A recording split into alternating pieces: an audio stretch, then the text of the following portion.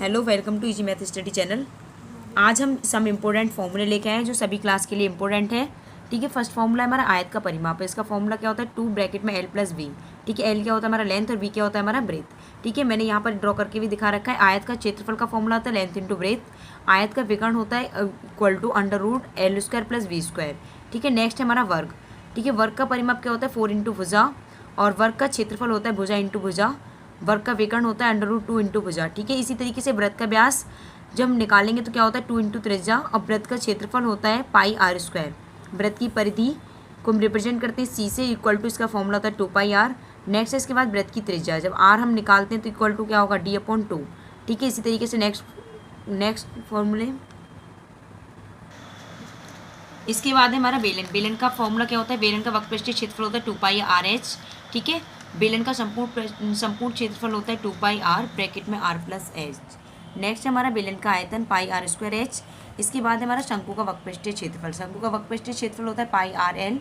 शंकु का कुल क्षेत्रफल होता है पाई आर ब्रैकेट में एल प्लस आर। शंकु का आयतन होता है 1/3 पाई आर स्क्वायर एच। नेक्स्ट है इसके बाद तिर्यक ऊंचाई। तिर्यक ऊंचाई को हम रिप्रेजेंट करते हैं एल से, और इक्वल टू क्या होता है under root h square plus r square.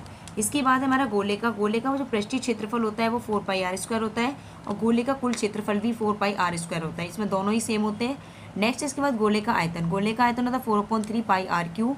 इसके बाद है हमारा अर्धगोले। अर्धगोले का जो पृष्ठीय क्षेत्रफल होता है वो 2 पाई आर स्क्वायर होता है, और अर्धगोले का कुल क्षेत्रफल होता है 3 पाई आर स्क्वायर।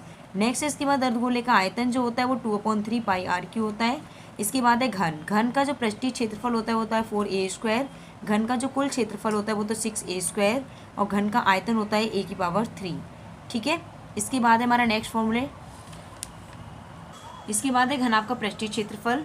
तो घनाभ का जो पृष्ठीय क्षेत्रफल होता है, देखो घन और घनाभ में क्या डिफरेंस है, इसमें जो लेंथ ब्रेथ और हाइट होती है वो तीनों ही अलग अलग होती हैं। घन में तीनों क्या होती हैं, सेम होती हैं। घनाभ का जो पृष्ठीय क्षेत्रफल होता है वो होता है 2 ब्रैकेट में L plus B into H plus L B. घनाभ का जो संपूर्ण क्षेत्रफल होता है वो 2 ब्रैकेट में L B plus B H plus H L. घनाभ का जो आयतन होता है वो L into V into H होता है। इसके बाद हमारा त्रिभुज। त्रिभुज का जो परिमाप होता है वो क्या होता है सभी भुजाओं का योग। ठीक है, और यह अगर इक्विलेटरल ट्रायंगल है तो उसको क्या लिख सकते हैं हम 3a। त्रिभुज का जो क्षेत्रफल है वो क्या होता है 1/2 इंटू बेस इंटू हाइट। ठीक है, इसके बाद है समबाहु त्रिभुज का परिमाप क्या होता है हमारा 3a होता है। समबाहु त्रिभुज का जो क्षेत्रफल होता है वो √3/4 a स्क्वायर होता है। ठीक है, इसके बाद है समबाहु त्रिभुज की जो ऊंचाई निकालते हैं वो √3/2 a। इसके बाद है हिरून का सूत्र, जिससे त्रिभुज का क्षेत्रफल निकालते हैं। तो s ब्रैकेट में s माइनस ए, s माइनस बी और s माइनस सी। अब s को कैसे सॉल्व करेंगे हम, a प्लस बी प्लस सी जो भी हमारी ट्रायंगल की साइड दे रखी है उनको प्लस करके अपॉन में क्या करना है 2।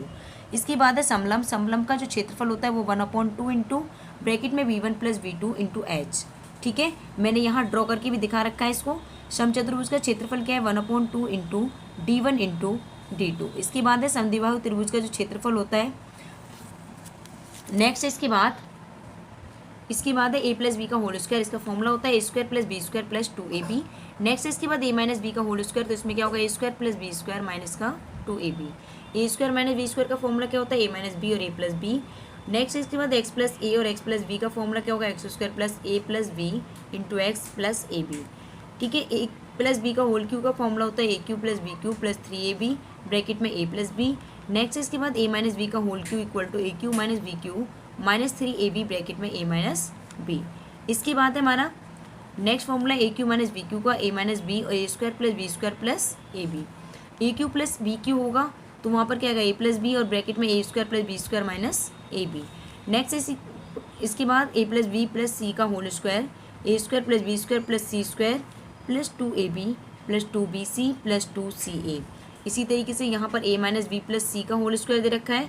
इसके बाद है minus a plus B plus सी का होल स्क्वायर। इसी तरीके से फिर नेक्स्ट हमारा a प्लस बी माइनस सी का होल स्क्वायर। इसके बाद है समांतर माध्य। समांतर माध्य को हम कैसे सॉल्व करेंगे, सभी पदों का योग अपॉन पदों की संख्या। नेक्स्ट इसके बाद लघु विधि।